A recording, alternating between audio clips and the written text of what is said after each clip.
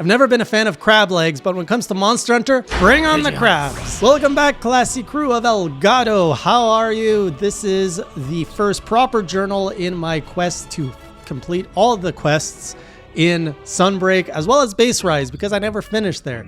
So the last few streams, so this is actually covering the last 3 streams since I did get sick with COVID, which knocked me out, couldn't do journals. But here we are, started off with finally rematch with Thunder Serpent Narwa. Yes, we were at the end of Base Rise. I had to unlock Elgato again because I did everything on the Switch and I moved over to PC over the past year. But it has been so refreshing replaying some of the iconic fights from Rise.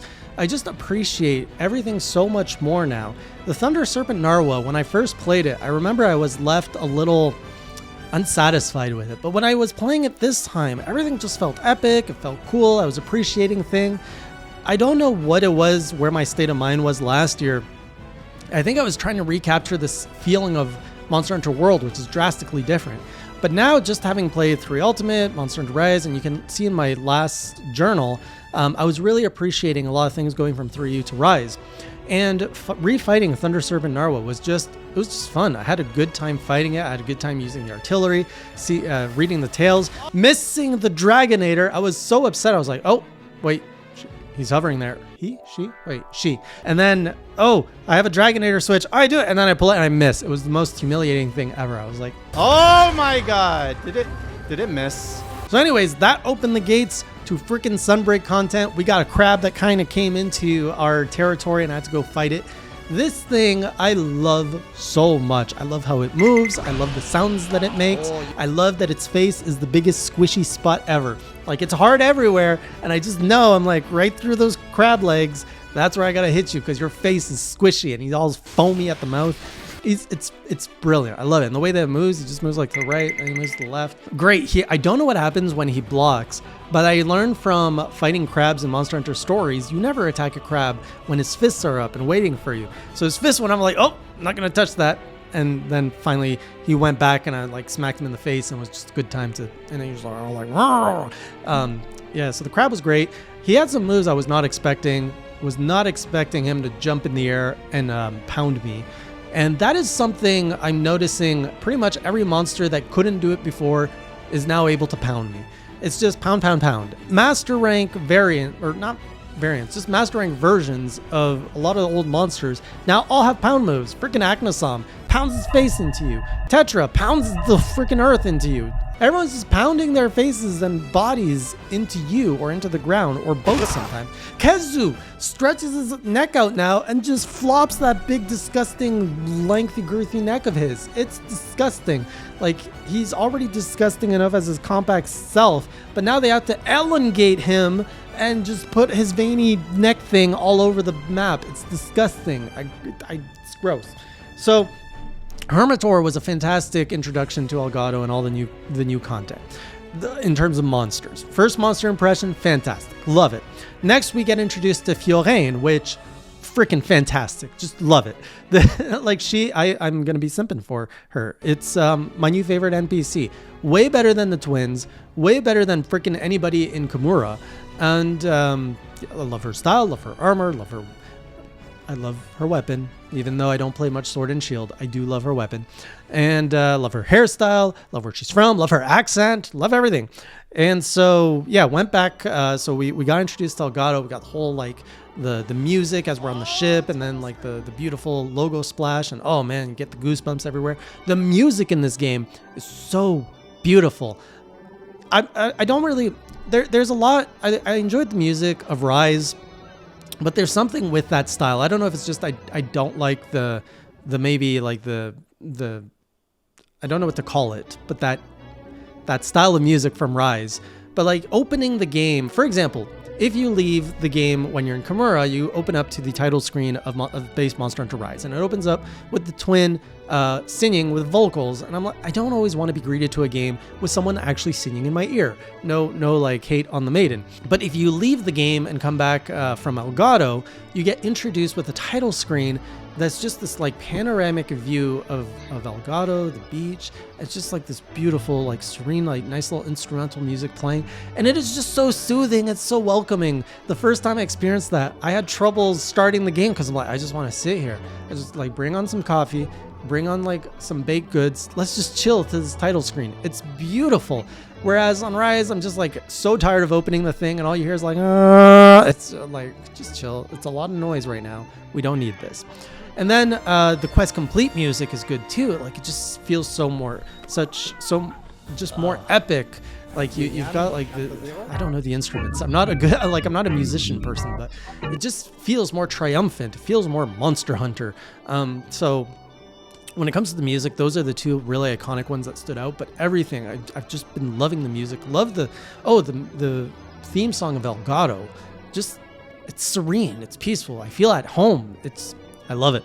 Anyways, so we go to Elgato. Everyone's like, oh, cool. You're the hunter from Kimura. Talk to everybody. Everyone's like, yeah.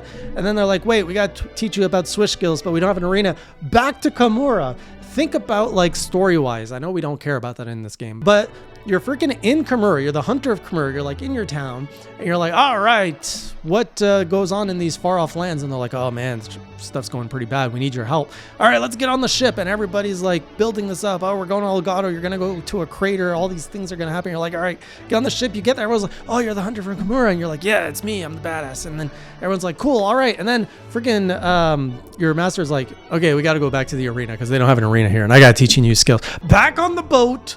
And then you go back to Kimura. Like, that is such an inefficient use of everyone's time. And Switch skills, I don't understand. I mean, I understand what they do. I don't understand how to make it flow in battle well yet. So I'm parking this for my end game grind because I just can't see how to use it with my Switch Axe yet in a way that flows and that's nice. The other new thing is the jungle map. Love the jungle map. Never experienced it before. Love the music on it. Love the layout.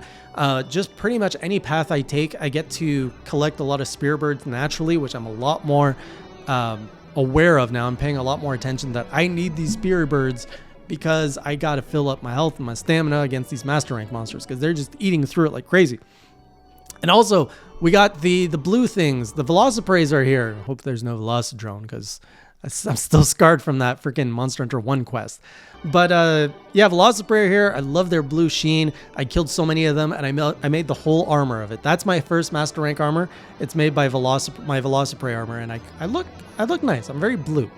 I don't know what happened.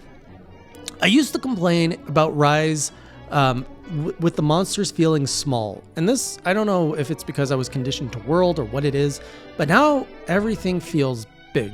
Like all the monsters feel satisfyingly big. And I don't think anything's changed. I don't think they made the monsters bigger. But yeah, I'm more intimidated and everything feels bigger. And I don't know if it's a camera change or what happened, but I'm really happy with whatever changed, whether it's my perception or something in the game. Everything feels bigger and more threatening, and I love it. Also, all the monsters are more threatening. I've been carding a lot more just this past week, so I'm glad to experience more pain again. Lastly, I said I would try out bow, and I have. So on a multiplayer stream, I decided let's pull out the bow. Let's see what it's about. And it's been... Okay, so I can do some range stuff. And I've learned about the crit range. So you want to have your critical area. You want your receptacle to be basically orange. I learned if it's yellow, it's poo-poo. It's not good. I was playing with the Kimura bow, so it's pretty safe and like a rapid fire bow from what I understand. So I still need to play with two other bows that give me, I think, 3 different range. Like I think there's a melee bow build, a mid-range bow, and a more longer distance with piercing shots. So I have a lot to learn, but today basically I learned that you can basically, okay, so you charge your bow, you shoot, and then if you like hit B right away, you get another shot, like a power shot right after. I think you can do it again to get one more power shot. And then if you hit the 2 face buttons, you get like this really like charged like dragon fire shot or something.